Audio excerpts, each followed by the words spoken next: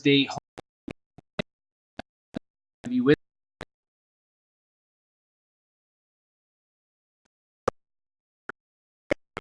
and the end of time, and to talk about the time, serious subject.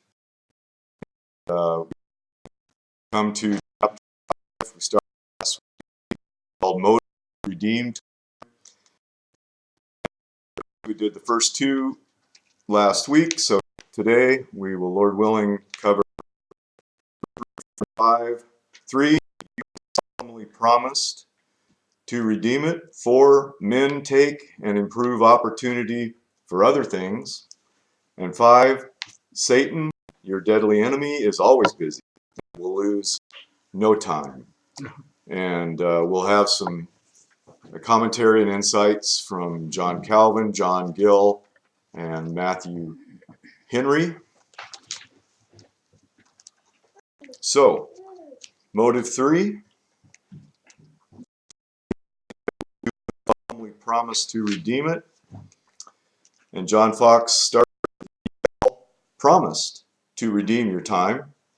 And as he goes through this motive, he'll explain that. The vows of Jehovah are on you. Say with David, I will pay my vows. Psalm 116 and 18. And I thought I'd 19 verses, and it's very, very good. And one of the ones that we see quite often. Psalm 1. I love the Lord, because he hath heard my voice and my supplications, because he hath inclined his ear unto me. Therefore will I call upon him, as long as I live. The sorrows of death compassed me, and the pains of hell gat hold upon me. I found trouble and sorrow. Then called I upon the name of the Lord. O Lord, I beseech thee, deliver my soul. Gracious is the Lord, and righteous. Yea, our God is merciful. The Lord preserveth the simple. I was brought low, and he helped me. Return unto thy rest, O my soul, for the Lord hath dealt bountifully with thee. For thou hast delivered my soul from death, mine eyes and my feet from falling. I will walk before the Lord in the land of the living. I believed, therefore I have spoken. I was greatly afflicted. I said in my haste, all men are liars. What shall I render unto the Lord for all his benefits toward me? I will take the cup of salvation and call upon the name of the Lord. I will pay my vows unto the Lord, now in the presence of all his people. Precious in the sight of the Lord is the death of his saints. O Lord, truly I am thy servant. I am thy servant and the son of thine handmaid. Thou hast loosed my bonds. And again, verse 14 was one of the two that he references. I will pay my vows unto the Lord, now in the presence of all his people. 17, I will offer to thee the sacrifice of thanksgiving, a sacrifice, and will call upon the name of the Lord. 18 is the other one that he references. I will pay my vows unto the Lord, now in the presence of all his people. And 19, in the Lord's house, in the midst of thee, O Jerusalem, praise ye the Lord. And he says, if the godly man will perform his promise to his hurt, referring to Psalm 15:4, much more should you for your profit. And I was going to read, that's a real short one. Psalm 15, Lord, who shall abide in thy tabernacle? Who shall dwell in thy holy hill? He that walketh uprightly, and worketh righteousness, and speaketh the truth in his heart. He that backbiteth not with his tongue, nor doeth evil to his neighbor, nor taketh up a reproach against his neighbor, in whose eyes a vile person is contemned. But this is the main verse being referenced. But he honoreth them that fear the Lord. He that sweareth his own hurt, and changeth not. He that putteth not out his money to usury, nor taketh reward against the innocent. He that doeth these things shall never be moved. And first of all, had a real short one from John Gill on the one I've just read, Psalm 116, verse 14. I will pay my vows unto the Lord now in the presence of all his people. John Gill says, make the resolutions and determinations he made in the strength of divine grace in the time of his troubles, which relates to us doing the same, which is what John Fox will point out here shortly. That should the Lord deliver him out of them, he would give him all the glory and offer thanksgiving and praise to him. And now being delivered, this he declares he would do in a public way before all the people of God assembled in the house of the Lord as witnesses of it. And Psalm 15:4, John Gill, in the main, focused on 4, that's what he pointed out, in whose eyes a vile person is contemned. So John Gill says, a vile man is a very wicked, profligate, and abandoned creature, one that is to every good work reprobate. And such sometimes are in high places, Psalm 12, verse 8, and are greatly caressed and esteemed by the men of the world. But then, as they are an abomination to God, they should be despised by his people. Let them be what they will as to their riches, honors, and wisdom among men, as Haman was by Mordecai in Esther 3, verse 2, and Ahab by Elisha, 2 Kings 3:14, and such who keep company with and express a delight and pleasure in such sort of persons ought by no means to have a place in the house of God. Some understand this of a good man being, quote, despised in his own eyes, as it may be rendered, on account of his vileness and the imperfection of his obedience, and as expressive of his great humility, esteeming others better than himself, and who renounces himself and is rejected by himself, having a very mean opinion of himself, which is the sense of the Targum. But he honoreth them that fear the Lord, who have the covenant grace of fear, wrought in their hearts, and serve the Lord with reverence and godly fear, that is, who are truly religious and godly persons. These such who are fit members of the church of Christ love heartily, esteem of highly the brethren like that, and honor them by thinking and speaking well of them, and behaving with great respect and decency to them. See Romans 12, verse 10. And the main point, really, he that sweareth. So having taken a solemn oath, so sacred is it with him, and such a regard has he to the name of God, by whom he swears, that though it is to his civil loss and detriment, yet he will not break it and depart from it, but punctually observe it. Some render it, quote, he that swears to his neighbor and changeth not. He that is just to his word, faithful to his promises, that exactly fulfills all the obligation he lays himself under unto others. He that is honest and upright in all his dealings. The Jewish writers interpret this clause of a man's vowing and swearing to afflict himself by fasting, which though it is to the emaciating of his body, yet he strictly observes his vow or oath. But Gill says, this is foreign from the scope of the place. It might be rendered, he that swears to do evil and does not recompense or perform, it being better to break through such an oath than to keep it. So that's a little, I probably could have done without reading that part. But anyway, the main point there is keeping your vows. And John Fox says, take the counsel of the wise man. Quote, when thou vowest a vow unto God, defer not to pay it. Pay that which thou hast vowed. Better it is that thou shouldest not vow than vow and not pay. Ecclesiastes 5, verses 4 and 5. When thou vowest a vow unto God, defer not to pay it, for he hath no pleasure in fools. Pay that which thou hast vowed. Verse 5. Better is it that thou shouldest vow and not pay. And he'll get to it here. How often have you engaged yourselves to leave your known sins and to live soberly and righteously and godly in this present world? Let conscience witness. Think back. If you that have resolved to read, pray, sanctify the Sabbath, etc., should still trifle away the time, it will not only be a breach of promise, but a sin against life, for which your heart will reproach you. And if your heart condemn you, quote, God is greater than your heart and knoweth all things. 1 John 3, verse 20. And when I first read this, I kind of had to think about it a little bit and look into it, what he was getting at here. And there's two aspects of that verse.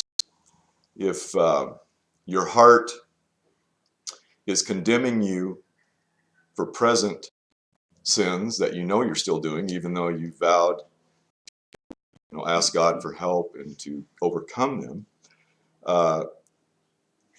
and you think that God, if you have any inclination that God's not going to know all about that, well, God is greater than your heart. And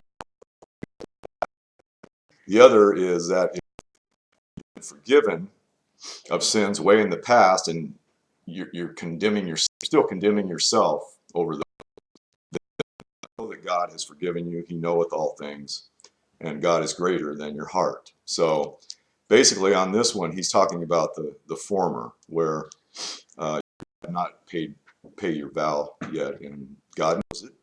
So remember the promises you did make at such a sacrament, or when struck at heart by such and such a sermon, or when death was in the family, or you yourself near to it, and defer to perform your covenant. He calls it a covenant. God, who is a God of truth, will not be mocked, and you will know ere it be long. Jephthah would perform his vow to God. Quote, I have, said he, opened my mouth unto the Lord, and I cannot go back. Judges 11, verse 35. A good point here. Herod, for his oath's sake, murdered John the Baptist. Matthew 14, verses 9 and 10. And the first part of verse 9 reads, and the king was sorry, nevertheless, for the oath's sake. He went ahead and had him beheaded. How many times have you engaged to dedicate and devote yourself to God in his service? Therefore say, quote, Lord, for my promise sake, I will sacrifice myself and become thine, redeeming my time for thy glory. Motive 4, consider that men take and improve opportunities for other things. Worldly men, all the time. The fittest and best time is taken for buying, selling, plowing, sowing, gathering into barns, and especially in evil and hard times. Men will rise early, run, ride, labor in the very fire, as the prophet speaks in Habakkuk 2:13. Looking into that, the main meaning of someone laboring in the very fire is to weary yourselves in vain, to take in hand an unprofitable work, the fruit of which is immediately consumed. And that little snippet is from Calvin. How many times, again, have you engaged to dedicate and devote yourself to God and his service? Therefore say, Lord, for my promise sake, I will sacrifice myself and become thine, redeeming my time again for thy glory. Okay, motive 4, consider that men take and improve opportunities for other things. The fittest and best time is taken for buying, selling, plowing, sowing, and gathering into barns, and laboring in the very fire. Redeeming the time, quote, tis a metaphor taken from merchants that will be early in the market, lest the opportunity of buying the best commodities should be lost. I couldn't find anything on where that originated from, but it's probably true. The proverb is that time and tide stays for no man, and a very familiar one, that we must make hay while the sun shines. There is none but the sluggard who will sleep in harvest. The diligent husbandman will not lose a day then, Christians, in this great affair of your precious immortal soul and never dying souls, do as men do about other things. Millers and mariners observe and improve every gale of wind. Yea, the stork in the heaven, the turtle, the crane, and the swallow know and observe the time of their coming. Jeremiah 8, verse 7. They that say, tomorrow, today or tomorrow, we will go into such a city and buy and sell and get gain. Familiar one from James 4:13. They will, as we say, turn every stone and lose no time to buy a good bargain, to make a rich purchase. And will not we redeem our time and make the best of our spiritual markets, to make provision for our souls that are than all the world? Motive 5, Satan, that enemy and grand soul deluder, is always busy. It's a very good section, motive. An active devil, and he loves to find us. Christians, this old serpent is never more at work than when we are idle. For idleness lays a man open to all his hellish snares and temptations. And then if temptations come, you are out of God's way, and if Satan finds you found, he will be too hard for you. The apostle tells us he goes about and still offers temptations for the wasting of our time. This roaring lion has a large circuit, for ever since he was cast out of heaven, he has been going to and fro on earth and walking up and down in it. Job 1, verse 7. His grand design is to devour. 1 Peter 5, verse 8, and I added verse 9. Be sober, very familiar. Be sober, be vigilant, because your adversary, and I noted, that he's personalizing it. In the scripture, it's personalized, because your adversary, not this adversary, but your adversary, the devil, as a roaring lion, walketh about, seeking whom he may devour, and not whom resist steadfast in the faith, knowing that the same afflictions are accomplished in your brethren that are in the world. 9 to what John Fox did, because I thought Matthew Henry, in a one-pager here, covers this subject very well. Matthew Henry on 1 Peter 5, verses 8 and 9 says, the apostle does three things. Number one, he shows them their danger from an enemy more cruel and restless than even the worst of men, whom he describes, number one, by his characters and names. I think it's always a good idea to review how he is such an adversary. He is our biggest enemy, and to review his ways. He is an adversary of yours, not a common adversary, but an enemy that impledes you and litigates against you in your grand depending cause, and aims at your very souls. The devil, the grand accuser of all the brethren. This title is derived from a word which signifies to strike through or to stab. The grand accuser. He would strike malignity into our natures and poison into our souls. If he could have struck these people with passion in their sufferings, perhaps he might have drawn them to apostasy. Number three, he is a roaring lion, hungry, fierce, strong, and cruel, the fierce and greedy pursuer of souls. And you think of John Bunyan and the preciousness of the soul, his writing on that. Number two, by his business, he walks about, seeking whom he may devour. His whole design is to devour and destroy souls. And he spends every second doing that. To this end, he is unwearied and restless in his malicious endeavors. For he always, night and day, goes about studying and contriving whom he may ensnare to their eternal ruin. Roman numeral 2, hence that it is their duty, speaking of Peter, to be sober and to govern both the outward and the inward man by the rules of temperance, modesty, and mortification, to be vigilant, not secure or careless, and I underline this, but rather suspicious of constant danger from this spiritual enemy, and blind, and under that apprehension to be watchful and diligent. And I looked up apprehension, and the interpretation on that. Number 6 says from Webster's 1828, lists fear, suspicion, the prospect of future evil, accompanied with uneasiness of mind. But there was thought came to mind that it shouldn't, even with all that, it shouldn't disturb your peace, because looking at a verse such as Colossians 3:15, God's peace will reign if you let it. He begins with that, and I think that would always be. Also,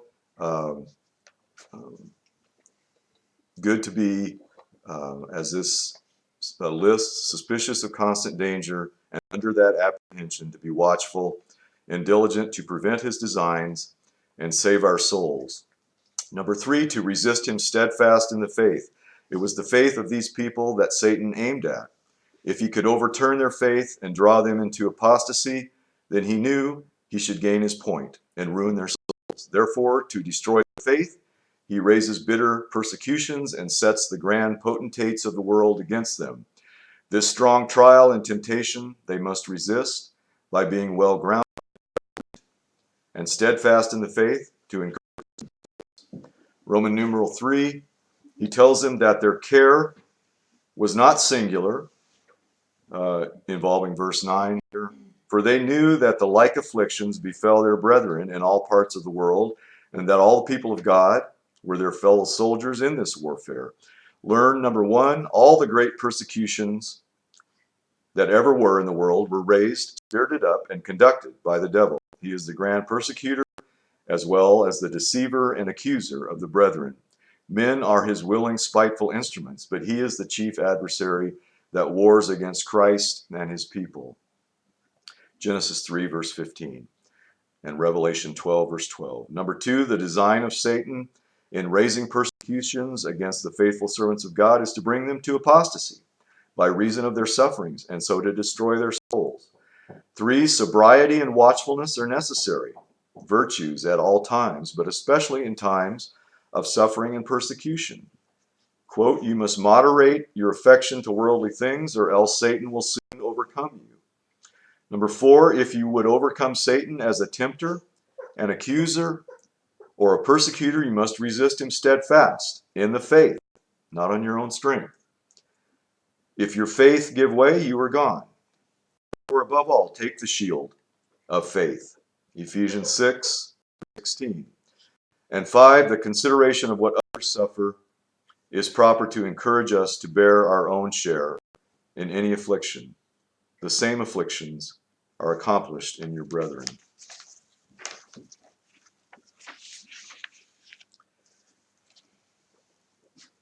So John Fox continues, this black prince loves to prey on precious souls, the soul being that sweet morsel he is still gaping at. This adversary has his several walks.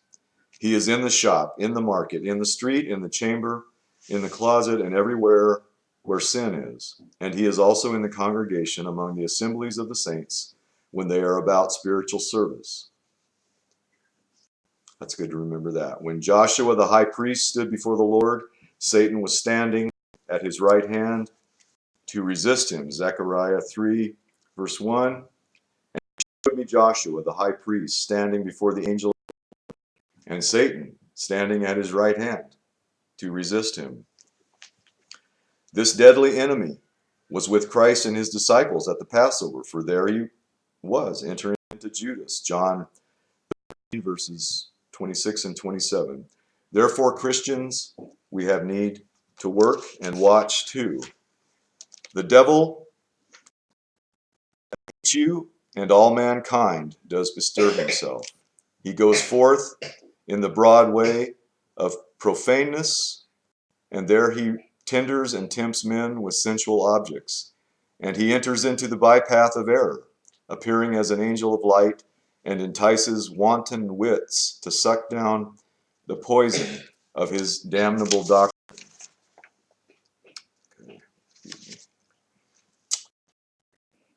And when once he has injected his poison into the head, it's spent. And I imagine John Fox had a lot of experience with this. And once he has injected his poison into the head, how much time is spent in writing and disputing to defend his delusional doctrines? We read that it was while men slept that this enemy, Satan, came and sowed tares among the wheat. Matthew 13, verses 25 and 39. He is a working and never at leisure, but is always spreading his baits and casting his snares and nets to catch souls. And on Matthew 13, verse 24, I found John Calvin's commentary very insightful.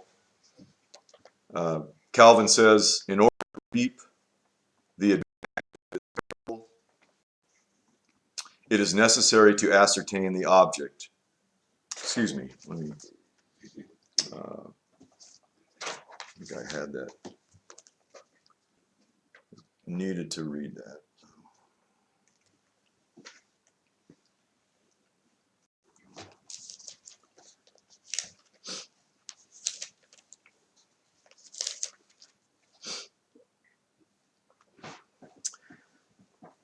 Another parable put he forth unto them, saying, the kingdom of heaven is likened unto a man which in his field. And field is the world. The good seed are the children of the kingdom, but the tares are the children of the wicked one. And so, again, John Calvin says, in order to reap the advantage of this parable, it is necessary to ascertain the object which Christ had in view. Some think that to guard a mixed multitude against satisfying themselves with an outward profession of the gospel, he told them that in his own field bad seed is often mixed with the good, but that a day is coming when the tares shall be separated.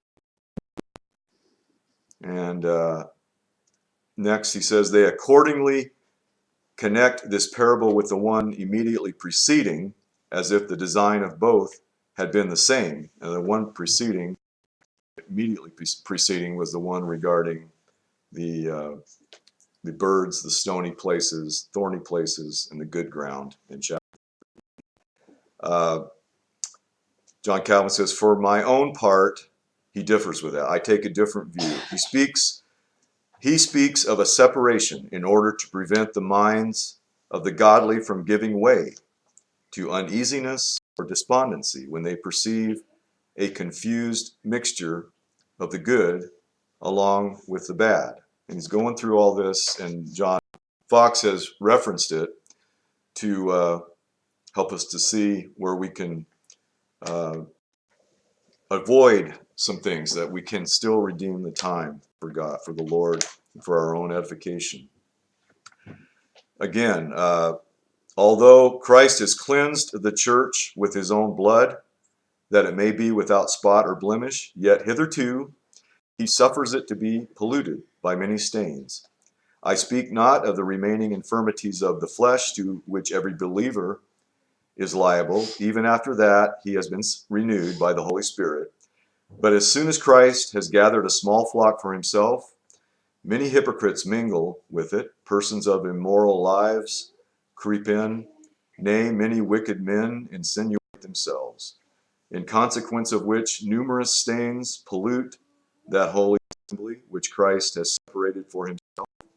Many persons too look upon it as exceedingly absurd that ungodly or profane or unprincipled men should be cherished within the bosom of the church. Add to this that very many, under the pretense of zeal, are excessively displeased when everything is not conducted to their wish, and because absolute purity is nowhere to be found, withdraw from the church in a disorderly manner, or subvert and destroy it by unreasonable severity. In my opinion, the design of the parable is simply this. So long as the pilgrimage, says John Calvin, so long as the pilgrimage of the church in this world continues, bad men and hypocrites mingle in it with those who are good and upright, that the children of God may be armed with patience, and in the midst of offenses which are fitted to disturb them, may preserve unbroken steadfastness of faith. It is an appropriate comparison when the Lord calls the church his field, for believers are the seed of it, and though Christ afterward adds that the field is the world, yet he undoubtedly intended to apply this designation in a peculiar manner to the church about which he had commenced the discourse. There was some commentary on that commentary went back and forth between that, what was more prominent in the example given. I think after reading a lot, agree with Calvin. So intended to apply this designation in a peculiar manner to the church about which he had commenced the discourse. But as he was about to drive his plow through every country of the world, the Lord, so as to cultivate fields and scatter the seed of life throughout the whole world, he has employed I forgot to look this up. He has employed, anyway, to make the world denote what more strictly belonged only to a part of it.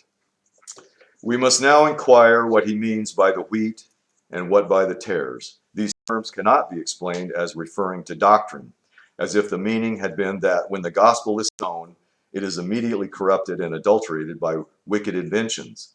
For Christ would never have forbidden them to labor strenuously to purge out that kind of corruption. He wouldn't have forbidden that. With respect to morals, those faults of men which cannot be corrected, but we are not at liberty to extend such a toleration to wicked errors which corrupt the purity of the faith. Besides, Christ removes all doubt by saying expressly that the tares are the children of the wicked one, and yet it must also be remarked that this cannot be understood simply of the persons of men, as if by creation God sowed men and the devil sowed bad men. I advert to this because the present passage has been abused by the Manichaeans for the purpose of lending support to their notion of two principles. But we know that whatever sin exists, either in the devil or in men, is nothing else than the corruption of the whole nature, as it is not by creation that God makes his elect, who have been tainted with original sin, to become a good seed, but by regenerating them through the grace of his Spirit. So wicked men are not created, but having been created by God, are corrupted by the devil and thrown into the Lord's field in order to corrupt the pure seed, and for us to learn lessons, basically.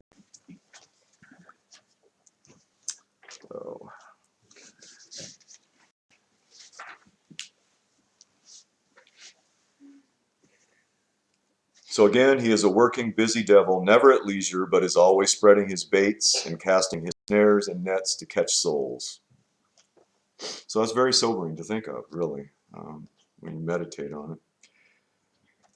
Therefore, again, he cites 1 Peter 5:8, be sober, be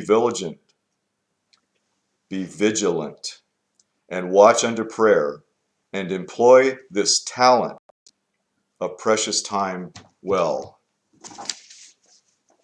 Really, I thought when I first read him using the word talent, I thought that's very appropriate, because when the Lord talks about the talents in the New Testament and how they were used in that example by the various people, I looked it up in Webster's 1828, and number 3 says faculty, natural gift, or endowment. I like the word endowment. I think that describes the gift of our time even more, because endowment has 2 definitions. And number 2 says that which is given or bestowed on the person or mind by the Creator. Any quality or faculty bestowed by the Creator. So when we think of it that way, it makes it even more precious, I think. The book keeps going back. All right. So therefore be sober and watch unto prayer and employ this talent, this time well. Idleness is Satan's shop and the mother of mischief. David was at leisure and on the roof of his house when Satan prevailed by that sad temptation. 2 Samuel 11, verses 2 and 3. Therefore, set God always before you. Basics here. Therefore, set God always before you. Keep in his way and be doing your duty, that you may be kept from fiery darts. The flying bird is seldom shot. The cautious, diligent, active soul is most secure. And the Lord brought this to me today as I was going through the final process of organizing things. So I thought this was a very good closing today. It's a letter excerpt from John Newton, great man, writer of Amazing Grace and an amazing story. And he wrote a lot of, he was a letter writer. I think there was a whole book filled with all his letters. Here's an excerpt. It says, I am so weak, inconsistent, and sinful.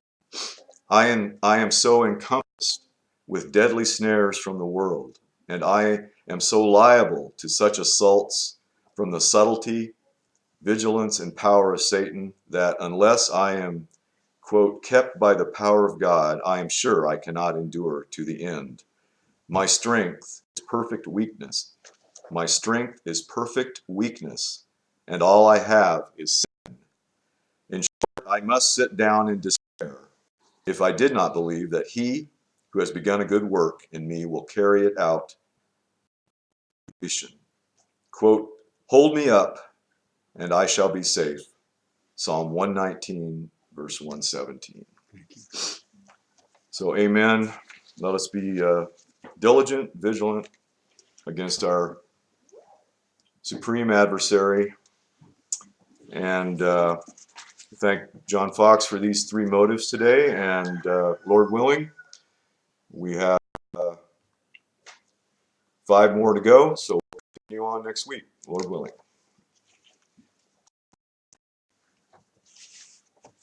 Amen. And thank the Lord.